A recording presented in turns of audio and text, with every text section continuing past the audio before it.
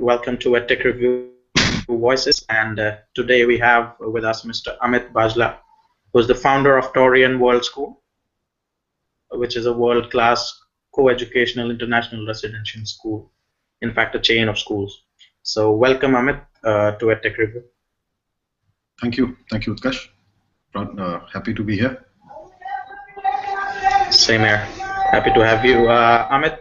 Before we begin, I would like to set the theme by asking you about what's your vision for your chain of schools when you are planning for it in India, and how's that vision aligned to the 21st century needs for the students? My vision is to open a chain of schools, and I believe that the northeast of India, especially states like UP, Bihar, and Jharkhand, and West Bengal as well, these have not really attracted private investments, especially in primary and secondary education, and because of which you see a lot of student migration, which goes either to the hills. Case in point being Dehradun or Delhi or Shimla and all those places, or to the south. And I feel that our vision is aligned towards capping that need. So we wish to build a chain of international quality schools, and we started with our first pilot large format school in Ranchi, Jharkhand, by the name Taurian World School. And the way this vision is aligned, that in each of these states we'll have one large format boarding school, which will be acting like a hub, and we will leverage the brand name and the reputation of this school, and by opening smaller day schools in various districts. So our next target is to open a day school in each district in Jharkhand. We've had a fairly good run over the last 6 years with Taurian World School. And I think the time has come where we are ready to open a few. And I don't know if you heard about your second query was about how does this vision align with the needs of 21st century education, right? I feel that in this century, IT will play a very, very important role in the management and actually imparting of education. And we are very much excited to embrace the offerings of IT, in this world. And I feel that the use of IT will make education more accessible, maybe cost effective, maybe education itself will become more effective.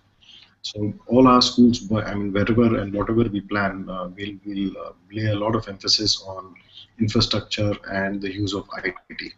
The big challenge that we face there is the entire academic fraternity in this country is unfortunately not yet aligned to use IT effectively. So a lot of training needs to be given to those who have been historically very good teachers, but they have not really been accustomed, or they've not really embraced and welcomed the change in the way education is given. So I think in the next 4 or 5 years, you will see a lot of old teachers also being convinced about the use of IT and the benefits of it, and they will start joining the mainstream. So Taurian has already started to embrace that in form of training somewhere. From day one. We believe that so from day one, all our classrooms have been IT equipped. We use smart boards, we use English language labs, we use math labs, and apart from this, gone are the days where you could think like a frog in the well. You have to be or think like a world citizen, and towards that we had a vision to have foreign faculty within Taurian premises. So currently we have foreign faculty from 6-7 countries who stay within the campus, and it benefits a lot because there is a rub-off of the cultures, of languages. We celebrate national days of different nationalities, and the kids grow up in an environment which is international. I believe that in the long run, it will really help a child grow up as a world citizen. So with what all you have mentioned, I think we have heard a bit about some of the prestigious awards and recognition that Taurian has also received. So Yeah. tell us something about that in the few years. Taurian has been, I mean, we have a very passionate team, and I'm very happy and proud of them. Happy with them and proud of them. And, the entire team has worked very hard from day one, which has shown, in terms of which has been appreciated by various forums. So Taurian has consequently, consecutively received the best school in Jharkhand for the last 5 years, and we have been rated between the 19th and the 23rd best boarding school in the country. So, Hmm. and this was by the most popular and prestigious education publication called Education World. Hmm. Received award from the Pioneer, publication as the best school in Jharkhand. And recently, we got the Best International School Award by the British Council, which is a feather in our, because those are awards which are on a project which goes on, and criteria is that how much of diversity and international are you bringing in your curriculum.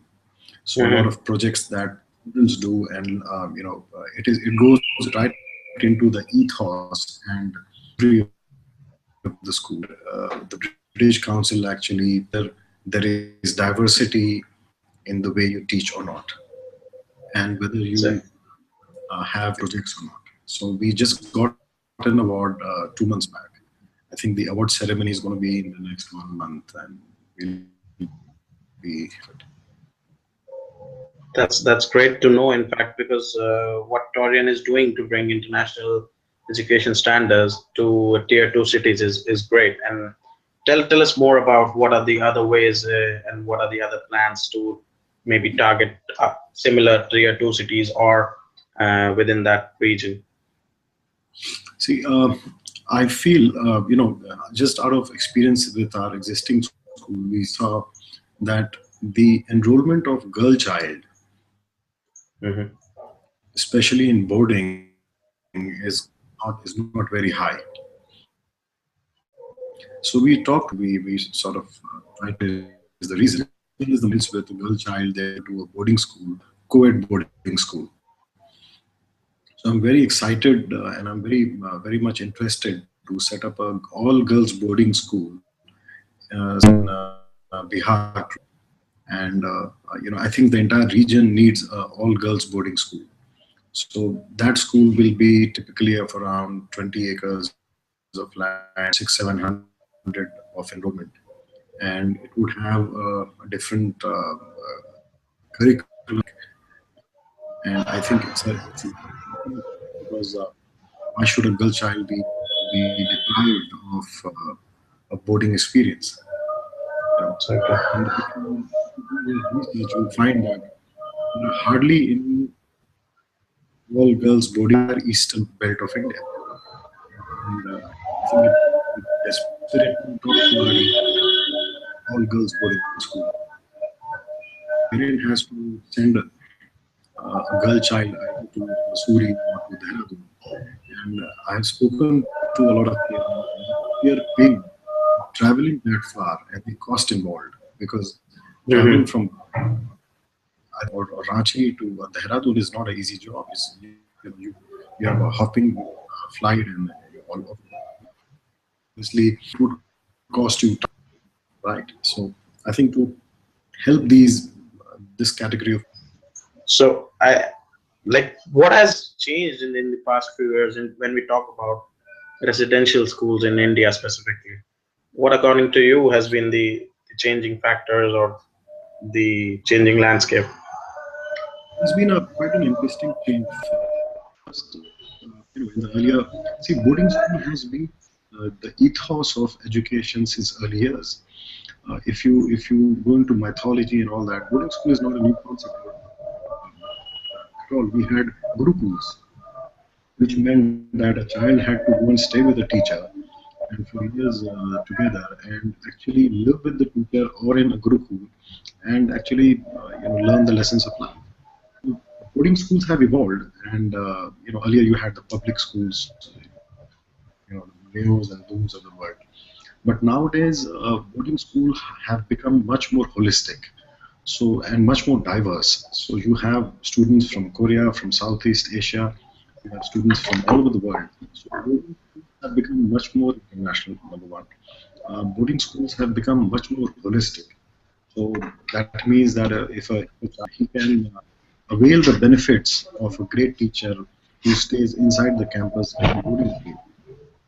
And boarding schools have become larger as well, much larger, much more fancier, and much more diverse. So I think I really advocate this proposition of a boarding school because I think it really helps a child shape up. But out of like inquisitiveness, I would like to ask, like, what are the challenges to run a residential school in comparison to a day school? Oh, huge! It's another word. Running a boarding school means running a household with 400, 500 kids. So whoever is listening to my talk, and if he's a parent, he would imagine having two kids in the home and having 450 or 500 kids. It's a full-time job.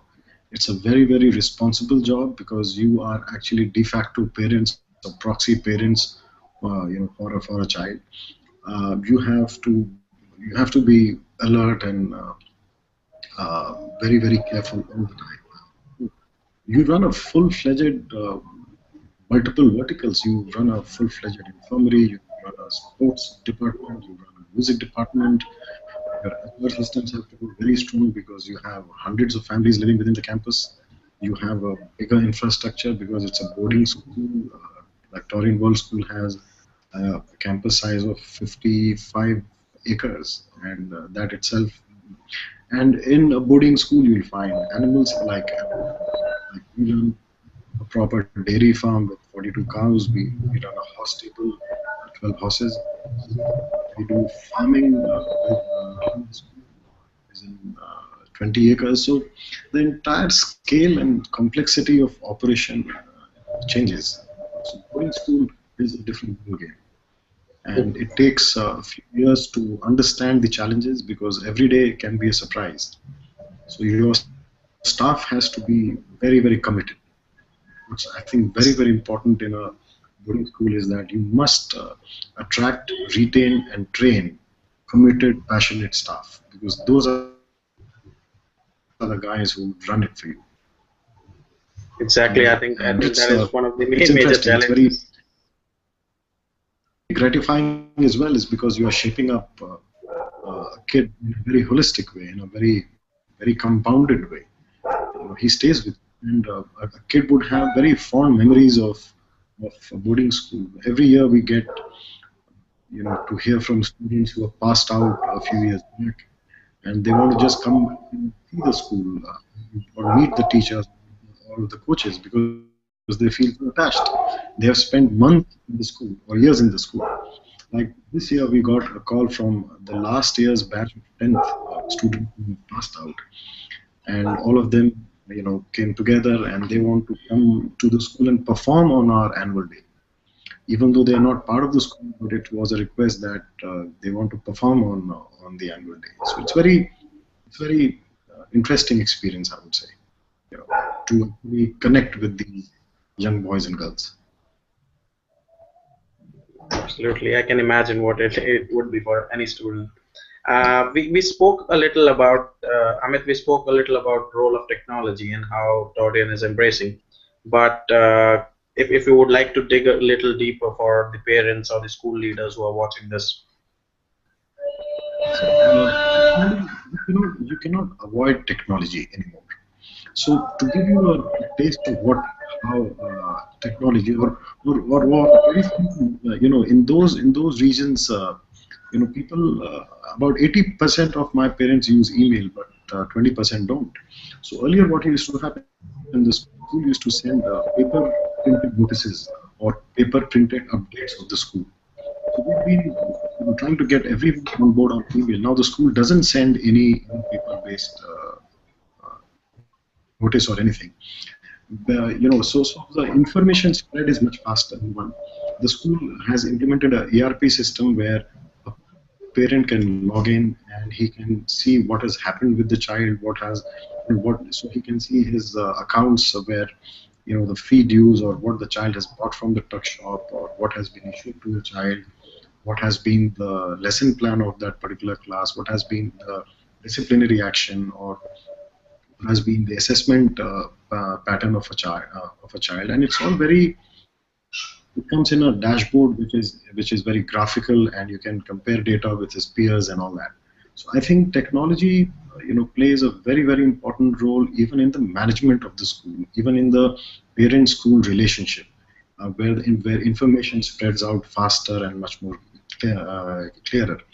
In terms of imparting of education, technology again plays a very crucial role, where you have these specialized labs nowadays, where if you go in an English lab, you have earphones and there are assessments on the screen.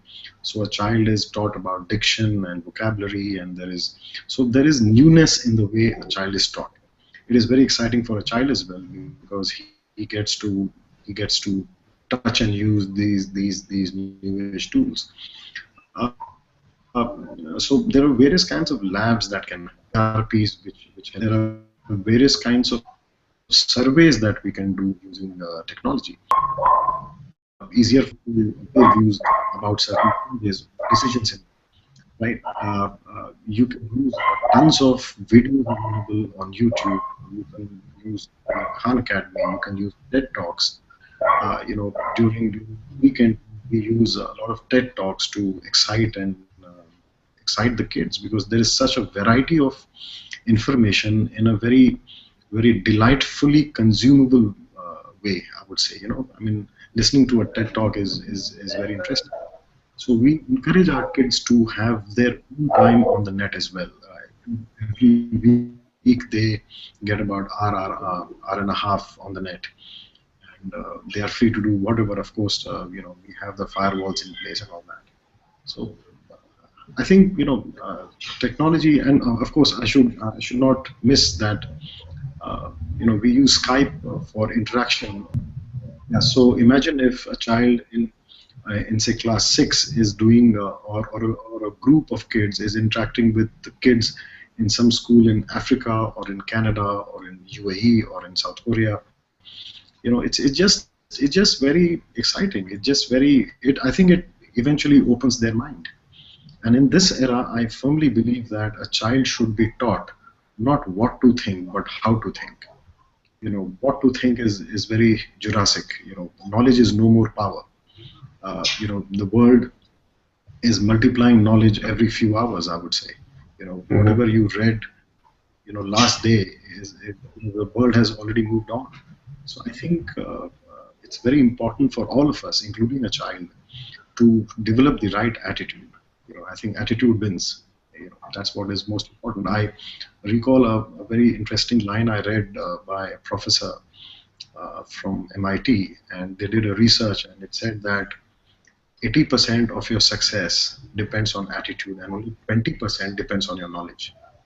You might be a PhD in whatever, but if you don't have the right attitude, and by attitude I mean leadership skills, I mean ability to think big, ability to execute, ability to embrace the world.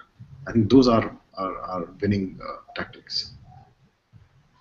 Absolutely, and I would like to thank you for that comprehensive view on the role of technology across teacher, parent, school parent, as well as for the management and imparting education.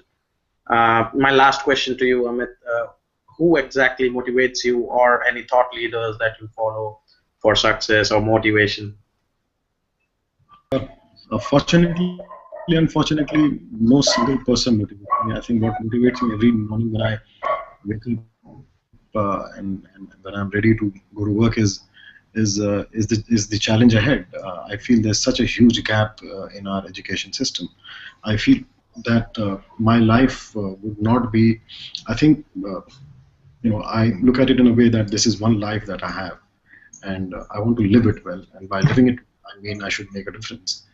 And by this is a field I understand. This is a field which drives me. And what motivates me is the challenge ahead, is the opportunity that I see, and my determination to climb that mountain. And of course, I get influenced by a lot of great achievers, people who have walked that extra mile. You know, so holistically, say the entire situation around the entire world is a motivation in itself. Absolutely, and then the students every day you see would be a great Yeah, source yeah, of yeah, motivation yeah. for you, Absolutely, especially absolutely, at the residential schools. Yeah. absolutely, absolutely. You know, hello. Yeah. Yeah, I recall that about 2 months back, I was speaking to a girl child in class six, a group of students, and I just generally asked them, "What do you want to be in life?" And the the span of careers that they were thinking to choose was very interesting and motivational, I would say. Like one girl child wanted to become a film director, somebody wanted to become a photographer, somebody wanted to become a scientist, and somebody wanted to become the prime minister of India. The sheer thought is adrenaline. It's it's interesting. Yes. Absolutely, I can see that excitement in your eyes as well. And thank you so much, Amit, for joining us. And let's stay in touch, and we'll reconnect as and when we Sure. have our upcoming conferences, maybe. So thank you. Nice Thank talking. you. Same here.